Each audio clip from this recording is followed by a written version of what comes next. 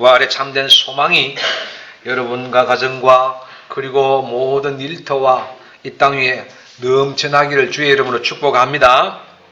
인간의 고민 중에 빼놓을 수 없는 것이 죽음입니다.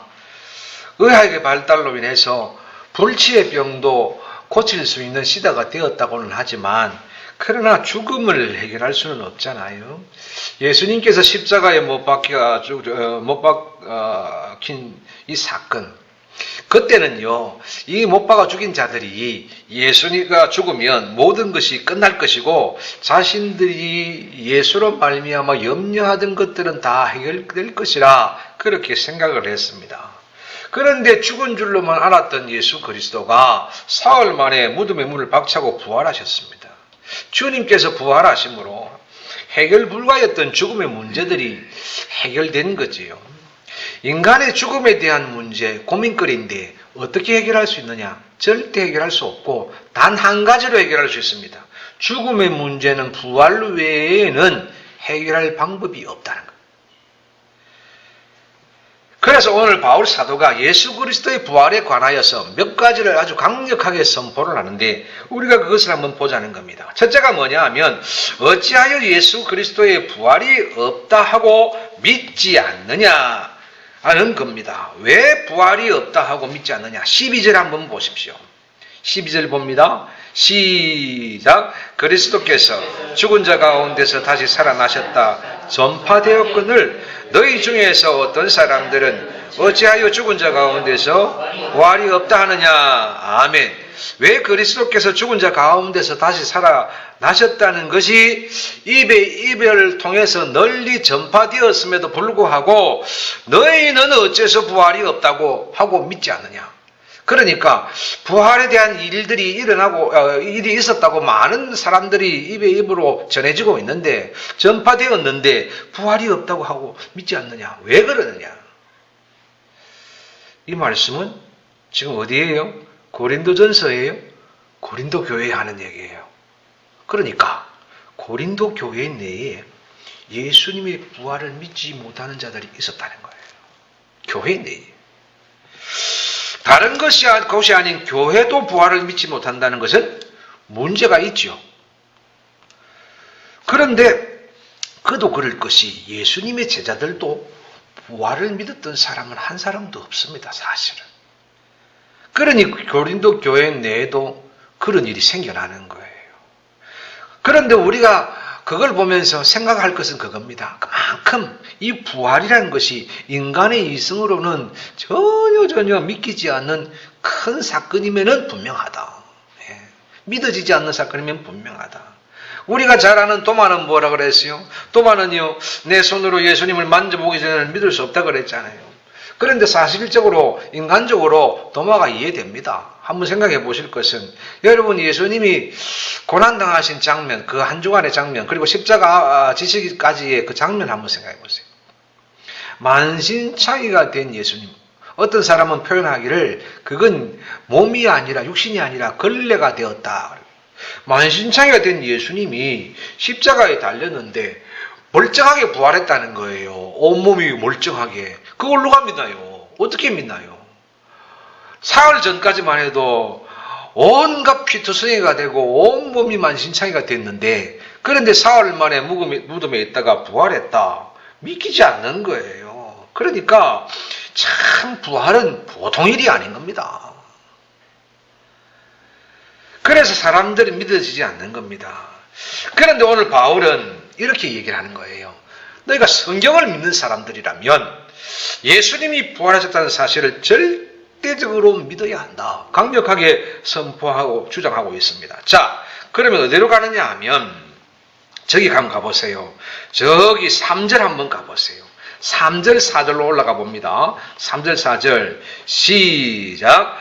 내가 받은 것을 먼저 너희에게 전하였노니 이는 성경대로 그리스도께서 우리 죄를 위하여 죽으시고 장사 지난 바 되셨다가 성경대로 사흘 만에 다시 살아나사. 아멘. 그래요. 성경의 예언대로 어떻게 해요? 살아나셨는데 성경을 믿는 자들이 어찌하여 그리스도 예수의 부활을 믿지 않느냐? 아니하느냐? 지금 반문하고 있는 거예요. 그것도 그 사실이 이미 전파되어 가지고 많은 사람들이 야 부활에 대해서 여러 가지 얘기가 오고 가고 있는데 그렇게 믿고 있는데 너희 중에는 어찌 부활이 없다고 얘기하느냐. 그리고 13절 그러면 안 돼. 그러면서 13절 한번 보십시다. 13절 있습니다. 시작. 만일 죽은 자의 부활이 없으면 그리스도도 다시 살아나지 못하셨으리라. 아멘. 이 사람들이 뭘 못 믿느냐 하면요. 예수 부활 그게 아니라 부활이란 자체를 못 믿는 거예요. 그러니까 사람이 죽었다가 살아날 수 있다는 것을 못 믿는다는 거예요. 그런데 예수님께서 완벽하지는 않지만 어떤 때 보여주셨습니까? 나사로의 죽음 때 보여주었어요. 나사로가 죽어서 냄새가 날 때 예수님 살려주셨어요. 그거 사람들이 보았어요. 살아날 수 있네. 그치요? 보았다니까요. 그걸 예수님께서 살짝 그런 뜻은 아니지만 맛보기적으로 보여주셨고요. 왜? 이런 일이 있을 수 있고 이런 일을 일으키실 수 있는 분이구나. 그렇다면 일으키실 수 있는 분이란 것은 뭐예요? 당신은 당연하게 부활하실 수 있는 것이구나. 그 믿음을 가져야 되는데 그러니까 그 믿음이 없었다는 거예요. 여러분 우리가 왜 복받은 사람들인가? 왜 복받은 사람들이가 그렇게 보통 사람은 믿을 수가 없고 믿어지지 않고 도무지 이해 안 된다 하는 그런 부활을 우리는 믿고 있고 고난의 주를 따라서 기도하면서 금식하면서 주님 따라가는 믿음을 우리가 가졌으니 우리는 뭐하다? 축복의 사람인 겁니다. 안 믿어지고 도저히 고개 흔드는데 우리는 믿어지고 그래서 그 예수 그리스도의 고난이 그리고 십자가가 우리의 죄를 위한 것이다 라고 믿고 주님께 나와 기도하고 그렇게 금식하니 얼마나 감사합니까? 내게 예수 그리스도의 그 크신 은혜 그 크신 고난 부활 믿고 감사하며 경배하며 부활의 산 소망과 그것을 통해서 용기를 갖게 하신 하나님께 감사하시기를 주의 이름으로 축복합니다. 예, 믿음의 문제는 믿음으로 해결되는 것이지 이성으로 과학적으로 해결되는 것이 아니라는 거예요. 두 번째 바울이 뭘 얘기하느냐 하면 부활을 믿어야 하는 이유가 있다. 그러니까 고린도 교회에 지금 얘기하잖아요. 다른 사람들은 다도요. 아직까지 부활이 있다 없다 고민하고 있는데 일단은 고린도 교회 내에 성경 하나님의 말씀을 들고 그 말씀을 믿고 공부하고 열심히 예배하는 사람들에게 얘기합니다. 부활을 믿어야 하는 이유. 너희가 어찌 부활을 믿지 않느냐는 바울의 이 선포에는 뭐가 있다는 거예요? 부활을 믿어야 하는 이유가 있다는 거예요. 그거 우리가 생각해 보십시다. 오늘 성경에 보니까 첫째는 부활을 믿어야 하는 이유, 부활이 없다면 모든 것이 헛되기 때문이에요. 14절 한번 보세요. 14절에 있습니다. 같이 시작. 그리스도께서 만일 다시 살아나지 못하셨으면 우리가 전파하는 것도 헛것이요 너희 믿음도 헛것이요. 아멘. 부활이 없다면 우리의 모든 것이 우리의 믿었던 믿음들이 헛것이 되고 만다는 거예요. 기도하고 예배하고 교회를 섬기고 기쁘나 슬프나 참 하나님 아버지라 부르며 지나온 신앙의 모든 세월이 헛된 것에 불과하다는 거예요. 뭐가 없으면? 부활이 없으면.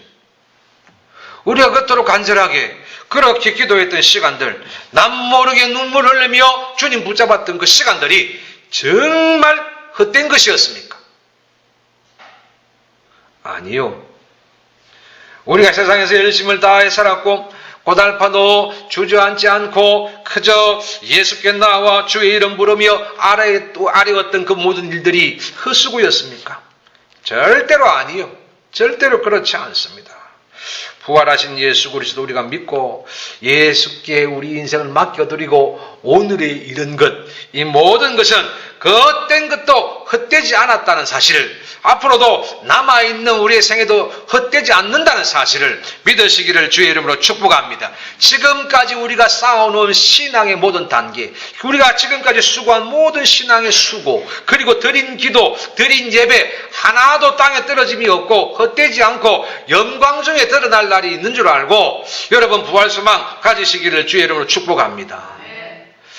우리가 헛되지 않았다고 고백할 수 있는 것은요, 우리 안에 부활의 믿음이 있고 부활의 소망이 있다는 거예요. 그래서 헛되지 않았다. 아멘 하는 겁니다. 두 번째, 부활을 믿어야 하는 이유가 뭐냐면, 부활이 없었다면요, 여전한 죄 가운데에서 죄의 무거운 짐에 시달리다가 어떻게 해요? 망하기 때문에 그래요. 자, 한번 볼까요? 17절, 18절로 넘어갑니다. 17절, 18절 시작. 그리스도께서 다시 살아나신 일이 없으면 너희 믿음도 헛되고 너희가 여전히 죄 가운데 있을 것이요 또한 그리스도 안에서 잠자는 자도 망하였으리니. 아멘. 예수 그리스도의 죽음은 뭐예요? 죄의 삭스로 받아야 될 인류의 죽음이고 나의 죽음, 우리의 죽음이잖아요. 그런데 그 죽음을 대신하여 죽으신 겁니다. 그런데 예수의 죽으심이 없다면, 부활이 없다면 어떻게 된다고요? 우리는 여전히 해결되지 않는 죄 가운데에서 살아야 되는 거예요. 지금도 신음하면서 죄의 짐으로 말미암아 그 무거운 짐에 짓눌려서 날마다 장애를 겪으면서 살아가야 되는 거예요. 그리고 그 다음에 하는 말씀 한번 보세요. 18절에 예수 믿고 죽은 자들도, 그러니까 우리보다 먼저 믿고 죽은 신앙의 선배들도 뭐라고요? 죄인으로 죽은 것이니까 망한 것이 되는 겁니다. 그러니까 앞에서 믿었던 사람들이 믿고 죽어도 천국이 다 망한 것이라 이 말이에요. 뭐가 없다면? 부활이 없다면.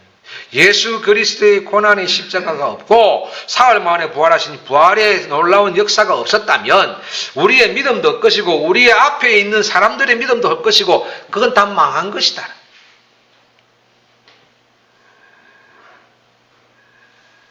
그래도 나는 예수의 부활은 믿지 못하겠어 한다면 어떻게 되겠습니까? 그 말씀 그대로입니다. 여전히 죄 가운데 살다가 결국은 죄 중에 죽어서 망하고 기다리는 것은 영벌만 기다리는 인생이 되고 만다는 거지요. 그래도 나는 예수의 부활을 믿지 못하겠다. 뒤집어 보면 그 말씀인 거예요.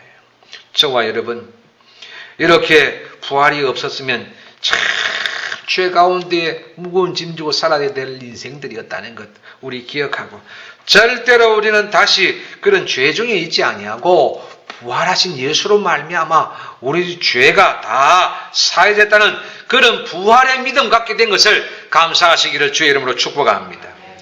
세 번째는 뭐냐면, 부활이 없다면 세상에서 우리가 가장 불쌍한 사람이 되기 때문에요. 참 불쌍하다. 19절에 시작. 만일 그리스도 안에서 우리가 바라는 것이 다만 이 세상의 삶뿐이면 모든 사람 가운데 우리가 더욱 불쌍한 자이리라. 아멘. 부활이 없다면 우리의 인생이 다 죽음으로 끝나니까 바울 자신 포함해서 우리처럼 불쌍한 사람이 어디 있겠느냐. 이러고 있는 우리 같은 불쌍한 사람이 어디 있겠냐는 거죠. 여러분, 그래요. 이 세상의 삶뿐이면 여러분 뭘 그렇게 살아요. 마음껏 죄짓고 살면 돼요. 사기치며 살면 되고 흥청만전 살면 되고 배짱이처럼 살면 되고 그건 뭐 문제 없어요. 뭐 그렇게 살다 가면 이 땅의 것은 딱 끝나버리는데 뭐가 뭐 있어요. 뭐 끝인데 무슨 공중도덕인지 예의범절인지 인생인지 나라인지 뭐 수고인지 뭐 이런 거 뭐 수고를 죽으라고 하면서 인간다운 삶을 살 필요가 없어요. 왜냐하면 딱 끝이니까. 남들은 제 마음대로 다 즐기면서 사는데 우리는 믿음 지키며 살고 뭐 말씀대로 살고 뭐 어렵게 살려고 애썼고, 그런데 부활이 없이 그냥 죽음으로 끝난다면 그런 삶은 뭐예요? 이러고 있는 우리의 삶이 진짜 불쌍한 사람 되는 거예요. 아무것도 아닌데 거룩한 채 하고 앉아가지고 뭐 예배 드리는 뭐 어쩌고 저쩌고 이래 있었으니 우리가 얼마나 불쌍한 사람이에요. 참 억울한 인생이지요. 여러분, 그러나 우리는 결코 불쌍한 사람 아닙니다. 억울한 사람 아닙니다. 왜? 우리에게는 부활의 소망이 있기 때문에 그렇다는 거예요. 정말 불쌍한 사람들이 많은 세상이에요. 그 세상 사람들 속에 복된 부활의 소망 가지고 진정한 행복한 성도들 되시기를 주의 이름으로 축복합니다. 왜? 인생은 죽음으로 끝나는 것이 아니기 때문입니다. 죽음 후에는 반드시 부활이란 것이 있기 때문이에요. 그래서 우리는 뭐예요? 그 믿음을 붙잡고 부활을 붙잡고 사는 거예요. 믿는 자들은요, 나그네에서 이렇게 되는 거예요. 아브라함의 품에 안겨가지고 맞은편에 있는 어리석은 이 땅에 정말 불쌍한 어리석은 부자들이 그렇게 고민하고 슬퍼하고 있는 중에 우리는 뭐 하고 있을 거예요? 할렐루야 찬송하고 있는 거예요. 예수님 죽으면서 분명히 이야기했습니다. 십자가 위에서 분명히 이야기했습니다. 진짜 큰 죄를 지은 강도, 그 강도에게도 얘기했습니다. 너가 오늘 나와 함께 낙원에 있으리라. 뭔 얘기예요? 여기서 너와 나가 죽는 것이 아니라 내가 부활하는 그날에 너도 나와 함께 부활해서 뭐하리라? 낙원에 있으리라. 여러분, 왜 강도가 낙원에 있게 되어진 이유를 아시나요?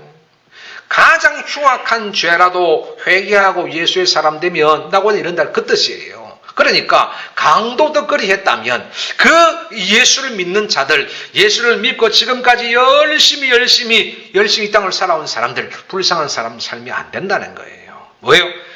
아브라함 품 안에 낙원에 있게 되리라.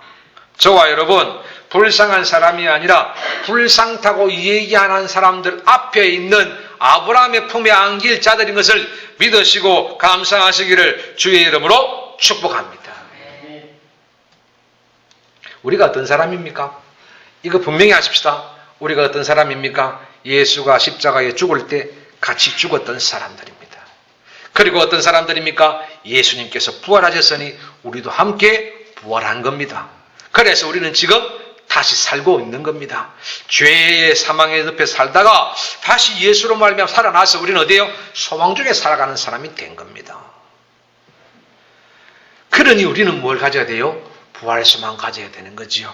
부활이 있기에 믿는 우리는 가장 행복하고 복된 사람이요, 부활이 있기에 성도는 하늘의 소망을 가지고 살아가고, 부활이 있기에 이 땅의 수많은 문제들, 그 여러 가지 무거운 짐 가운데서도 절대로 헛되지 않은 줄 알고 감사하며 열심히 소망 중에 살아가는 것입니다.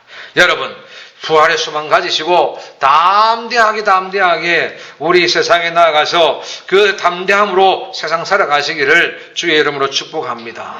부활의 기쁨, 부활의 사한 소망, 부활의 믿음으로 나아가는 여러분의 삶의 현장에도 간절히 원합니다. 우리만 부활의 소망이 있는 게 아니라 여러분이 가는 곳마다, 있는 곳마다, 여러분이 관계하는 모든 곳마다 뭐가 일어날 수 있어요? 부활의 역사, 부활의 기운이 일어날 수 있는 거예요. 내가 부활했다면 내와 관계된 모든 것도 부활될 수 있다. 여러분의 사업장이 부활되어지고, 여러분의 가정이 부활되어지고, 여러분의 자녀가 부활되어지고, 여러분의 문제가 해결되어서 부활되어지는 그런 체험의 역사가 여러분의 삶의 현장에서 반드시 일어나게 될 줄 믿고 확신하고 체험하시며 살아가시기를 주의 이름으로 축복합니다. 하나님 감사합니다. 부활의 아침에 우리가 강력히 선포하는 바울의 메시지를 들었나이다. 주여, 우리에게 부활의 산 소망, 이 소망이 담대하게 하여 주옵시고 주님 오실 날을 기다리며 부활의 산 소망으로 살아가는 이 땅 위에 가장 행복한 사람들 다 되게 하여 주옵소서. 부활의 소망이 우리의 믿음으로 그치지 말게 하시고 우리의 삶에 변만하게 드러나는 역사가 일어나게 하여 주옵소서. 그래서 수많은 사람들이 부활의 산소망을 가진 사람들의 부활의 역사를 보게 되어지는 역사가 우리의 삶의 현장에도 일어나게 하여 주옵소서. 하나님 아버지, 우리 성도들마다, 우리 성도들의 가정마다, 성도들 하는 일들마다, 혹 자녀들마다 부활의 산소망이 필요하다면 오늘 아침 부활의 믿음을 우리가 믿사오니 부활되게 하여 주옵소서. 부활로 일어나게 하여 주옵소서. 담대하게 되어지게 하여 주옵소서. 그래서 부활하신 예수님 찬양하게 하여 주옵소서. 감사합니다. 예수님 이름으로 기도하옵나이다. 아멘.